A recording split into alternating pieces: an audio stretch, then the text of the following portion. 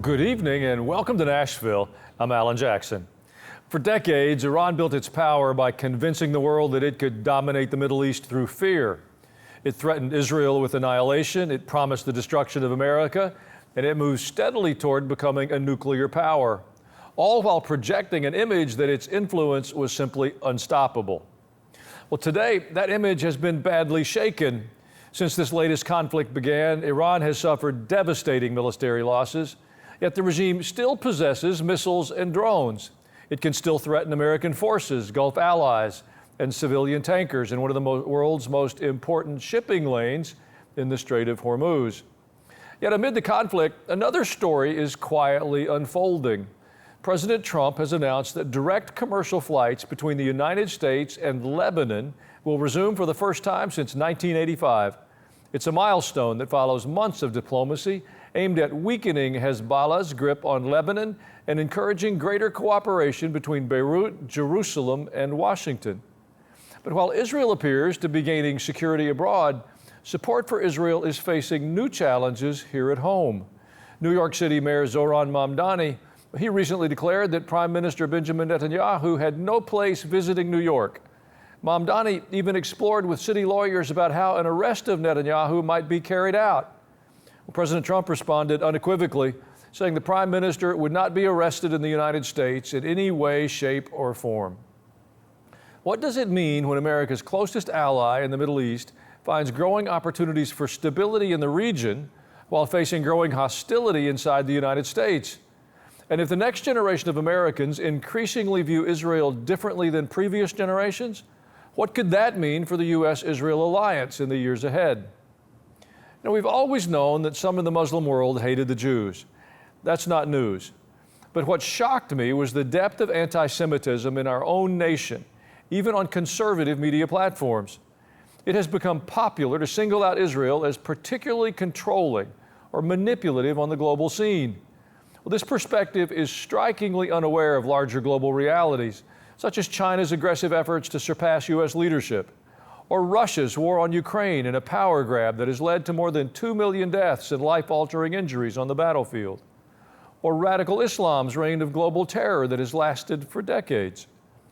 To create an attitude that suggests that Israel and the Jewish people are the global puppet masters responsible for all the destructive forces we see, it's just a loud repetition of an old hatred. Consider this. A recent Harvard-Harris poll reveals that a majority of the youngest American voters, well, they say that support for Hamas over Israel, exposing a dramatic generational divide. 60% of registered voters between the ages of 18 and 24 chose Hamas when asked whether they supported Israel or Hamas. Young voters were also more likely to sympathetically interpret the motives of Iran's terror proxies. Among voters between the ages of 18 and 24, 43% said Hamas and Hezbollah were fighting just to have more rights. In New York, when given multiple chances to set the record straight, Mayor Zohran Mamdani repeatedly declined to describe Hamas's October 7th massacre in Israel as an attempt at genocide.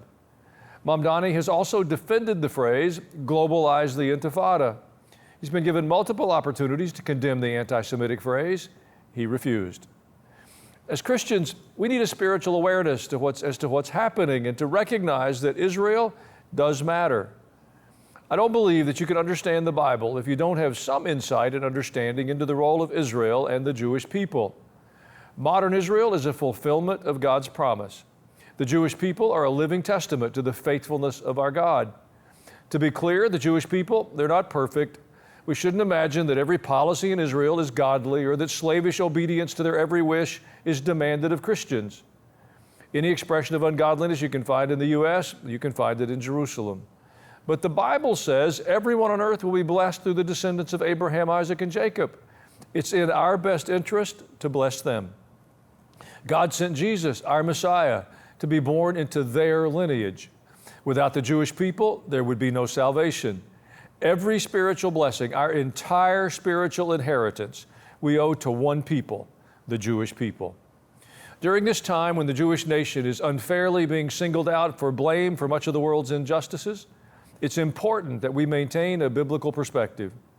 I pray that in this season we'll not be manipulated by the forces of wickedness into yet another season of hating the Jewish people. Understanding why Israel matters and why the Jewish people have a unique place in God's agenda and purposes, it enables us to pray in cooperation with Him, to see His purposes emerge in the earth. God is moving in the earth. Let's have the courage and the clarity to track with Him. Well, in a moment, we'll be joined by Israel's Special Envoy, Fleur Hassan-Nahoum. I'll be right back.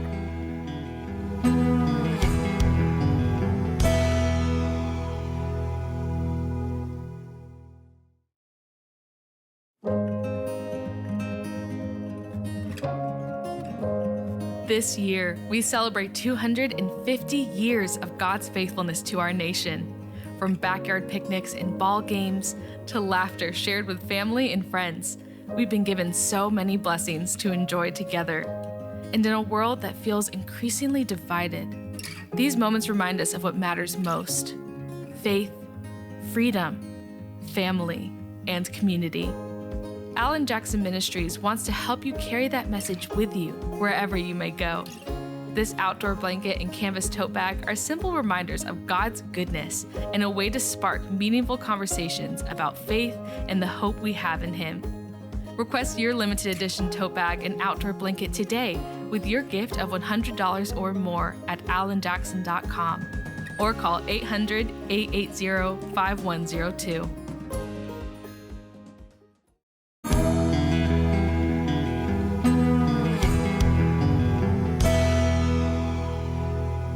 Tonight, we're joined by Israel's Special Envoy, Fleur Hassan-Nahoum. Welcome to the show, Fleur. Thank you so much for having me back, Pastor. Well, let's start with the latest in the Iran conflict. President Trump has threatened to bomb Iranian bridges and power plants anytime a ship is struck in the Strait of Hormuz. Yet Iran hasn't launched any attacks on Israel in this latest round. What are your thoughts on this unfolding narrative from Israel's perspective? Well, you know, when this so-called deal or MOU was signed, Pastor, you and I spoke about our suspicions that it wasn't going to stick, because that is essentially what you're doing is doing a deal with the devil. You're doing a deal with people whose very essence, whose very nature, who everything they live for is this jihadi death culture. They are not people who want to negotiate or make deals with anyone. They just do it when they have to for survival. So it's not surprising that a week and a few days after the deal was signed, the MOU was signed, they started attacking ships on the Strait of Hormuz directly in contravention of that deal that they'd signed. That wasn't surprising to us in Israel, not at all, because we know who these people are. They have been for decades tricking the entire world, not this president, many presidents before him, buying time, working towards becoming a nuclear power, whilst at the same time pretending that they had disarmed. And so we know who they are. It's not surprising that they're attacking. What's interesting is that they haven't attacked Israel. And maybe the reason is that the deterrence that we've kind of restored in the region has worked. But I'm under no illusions that they won't try and attack us again. Israel at the moment is on high alert. All the shelters, community shelters, public shelters have now been officially opened. And so let's see what the next few days bring. You know, increasingly it seems that the unavoidable reality is the only way to prevent Iran from having nuclear weapons is a complete regime change. There's a lot of layers to their regime. Is there any realistic hope that that's going to happen? Ultimately, only their own people can bring about a serious and long-lasting regime change. But what we have to do is weaken the Islamic Republic as much as we can. They are so entrenched, they are so strong. They are the equivalent of the Nazis with their secret police, with their college police. They are like an octopus with tentacles everywhere in Iranian society. So what we have to do is weaken every single tentacle to allow the people of Iran to be free again, to be sovereign again, and to get rid of the jihadi oppressors that have ruined their country for the last 47 years. Can we do direct regime change? Probably not, but we can certainly weaken the regime enough so that they can do it with our help. Well, Israel and Lebanon have recently reached a historic agreement. President Trump announced this week that the United States is going to resume flights into Lebanon. What is your expectation of that peace deal, and what does it mean to Hezbollah? Well, again, we can't talk about Hezbollah without talking about the Islamic Republic of Iran, because Hezbollah is essentially an arm of the Islamic Republic. They are their arm in the border of Israel. They are military. They became, as a military, a terrorist group. They became stronger than the actual military of Lebanon. And what the Lebanese are trying to do now, with the help of the United States and the help, of course, of Israel, is to take their country back. Again, same playbook. The jihadists in Tehran have taken the sovereignty of the people of Iran, because that's what they do. And the jihadists in the shape of Hezbollah, which is funded $1 billion a year by the Islamic Republic of Iran, the Lebanese people have had enough of this, of death and destruction and war. There is no territorial conflict between Israel and Lebanon, none whatsoever. So why are they firing rockets? Why have they fired in the last 2 years 17,000 rockets at the northern part of Israel when there's no territorial dispute? It is because, as their masters in the Islamic Republic of Iran, Hezbollah has one purpose: the destruction of Israel. And that is what we see. And the Lebanese people, thank God, have decided and have the strength, and that is thanks to Israel weakening Hezbollah. Again, we see the same playbook. Israel has weakened Hezbollah enough for the Lebanese people to take back their country. And we hope that the United States, Israel, and other allies and partners can do the same thing so that the Iranian people can take back their country. Well, New York City's mayor, Zohran Mamdani, has had a lot to say about the Israeli prime minister of late. He posted a statement on their official platform for New York City. I want you to watch a portion of that with me, and then I have a question. Benjamin Netanyahu is a war criminal, the architect of a horrific genocide against the Palestinian people. My administration has reviewed every avenue available under applicable law to determine whether New York City could execute the International Criminal Court's arrest warrant if Benjamin Netanyahu came here. It is clear that we do not have the independent legal authority to enforce this warrant.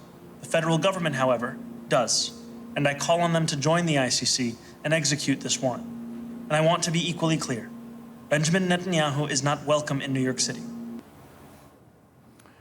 Well, from my part, let me assure you that Mamdani doesn't speak for all Americans, but he does have a voice in New York City. He seems more concerned with defending Hamas than he does the people he was elected to serve. What do the Israelis think about a statement like that? Well, you know, if a Marxist and an Islamist had a baby, that would be Zohran Mamdani. And so we know that Zohran Mamdani is an extremely populist and performative politician. He's good at it. That's how he got elected. And now he's using his performance skills to pretend, A, that he has any type of authority to do this, and B, that anybody in the White House is going to listen to him. He's the mayor of New York. I've been a deputy mayor. Local government is all about making people's everyday lives better and easier.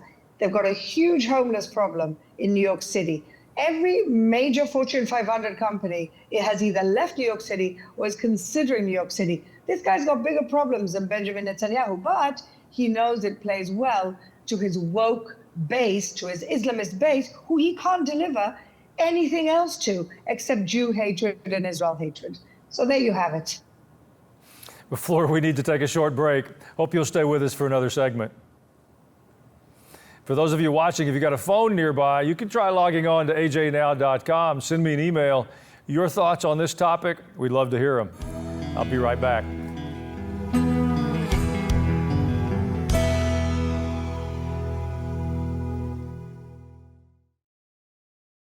I've learned as a pastor there's a tremendous difference in a crowd and a community of faith. When people decide to step out of the crowd and invest their time and their resources, they become a part of a community and it changes their lives. Well, I want to give you that invitation. I'm grateful you're a part of the crowd who watch the ministry. I want to ask you to consider becoming a monthly ministry partner. I believe if you'll make that regular commitment to what God is doing through this ministry, it'll bring momentum to your spiritual life and it will help us reach more people than we've ever reached with the gospel before. America is turning 250 years old. That's something that should unify us. We have so much to celebrate. There is no place like America. Our freedoms and liberties, they are unmatched in this world. Everything that's good about America, our laws, our opportunities, the prosperity we've enjoyed, well, they've come to us because of our faith. We've created a series of emails celebrating 250 years of our country. Find out how Christianity has played a role in this nation from its founding until now. You'll receive a new email each week throughout the series. Each one is designed to help you see our blessings and our heritage in a new way, how faith has played a powerful role all the way through. It's one way we're celebrating America's 250th. We hope you'll join us. You can sign up now at alanjackson.com/250.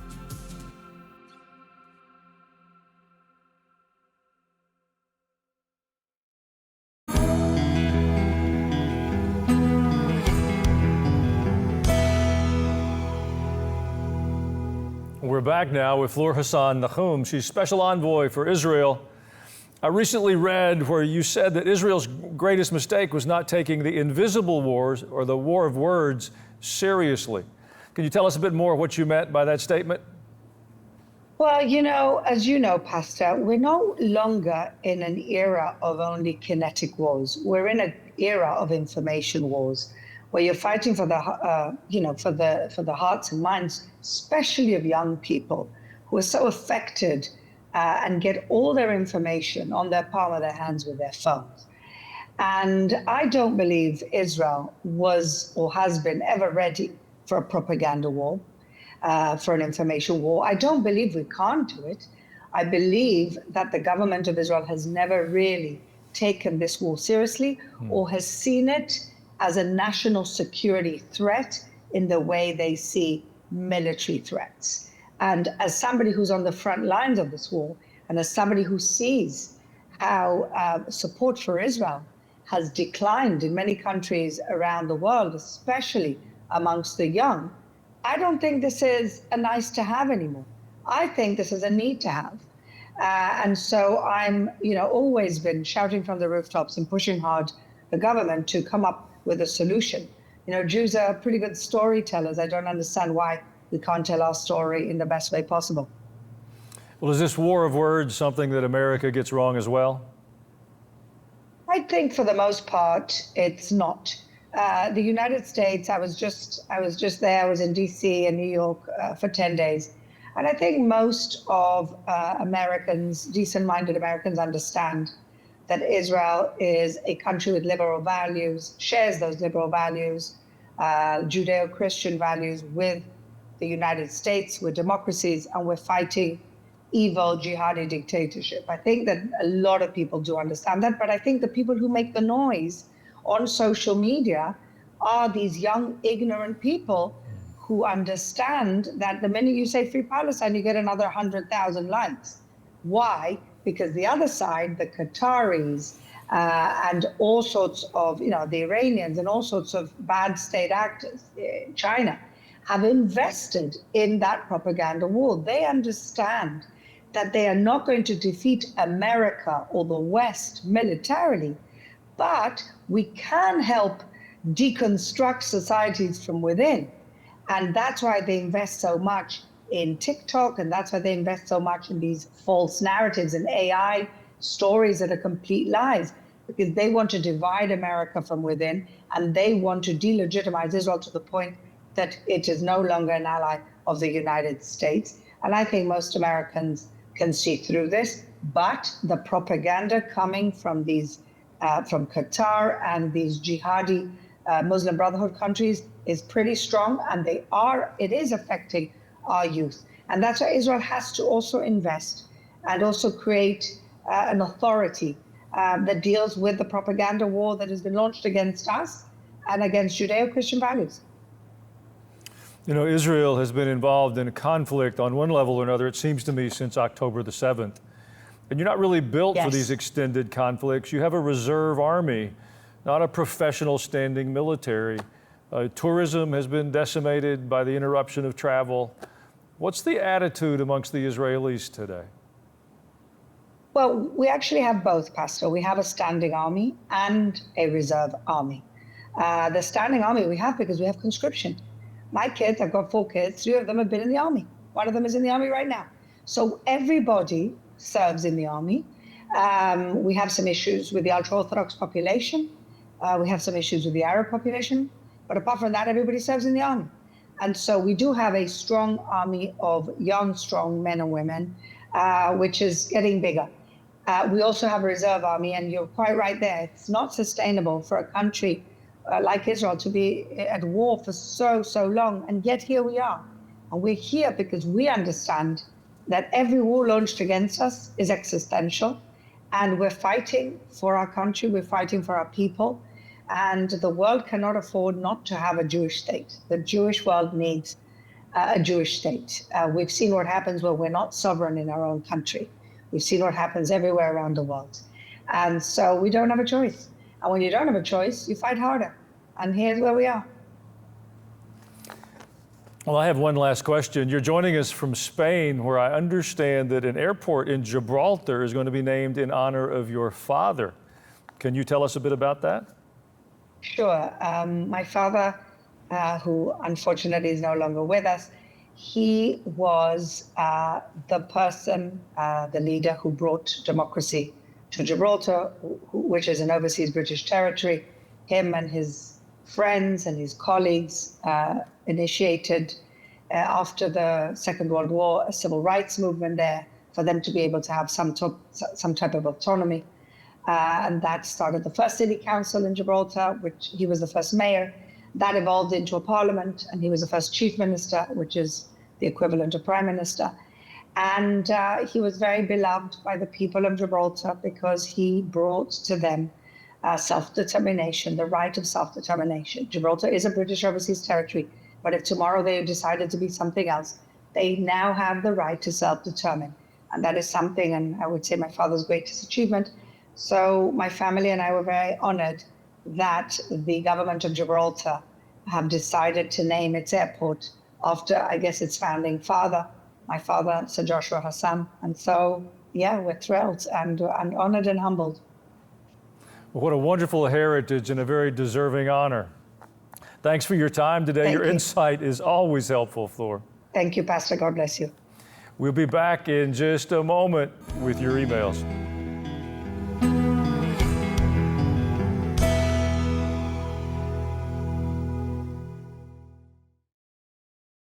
I want to give you a personal invitation to join my podcast, Culture and Christianity. You don't compromise the truth, but you say it where the people know that you care about them. We're trying to understand how to take our faith outside the walls of the church and live it out in the marketplace. I just never understood the double standard because they punished me while my peers were allowed to talk about how devastated they were that Roe versus Wade was overturned. I brought in some friends, people that are trying to do this on a regular basis. They're never going to stop me because the truth is the truth. I'd rather be on God's side than to be a coward. You know, we've been living in a season of unprecedented deception, propaganda, manipulation. Our best option was to run. We were timing ourselves. I was trying to think, how can I protect my kids? Well, I want to be a part of seeing culture and Christianity intersect.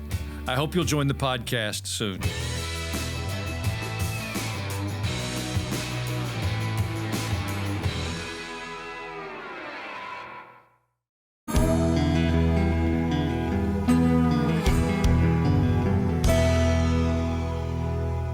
Thank you for spending a few moments of your day with us. Just a reminder, if you ever miss a live episode, you can always go to ajnow.com. There is a full archive there of all the programs.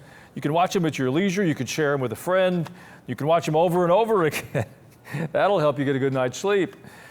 Thanks for your emails. We always look forward to them. Al from Bandera, Texas, said, since the mayor of New York has recently announced his inspiring commitment to apprehend war criminals, perhaps the Secretary of War could task him with leading the strike force to dismantle the IRGC and bring freedom to the peoples of the region. Mamdani to Iran. Sounds like a pretty good idea to me, Al. It's embarrassing to see his attitudes celebrated as the leader of our most celebrated city. Folks, we have to pray. We can do better.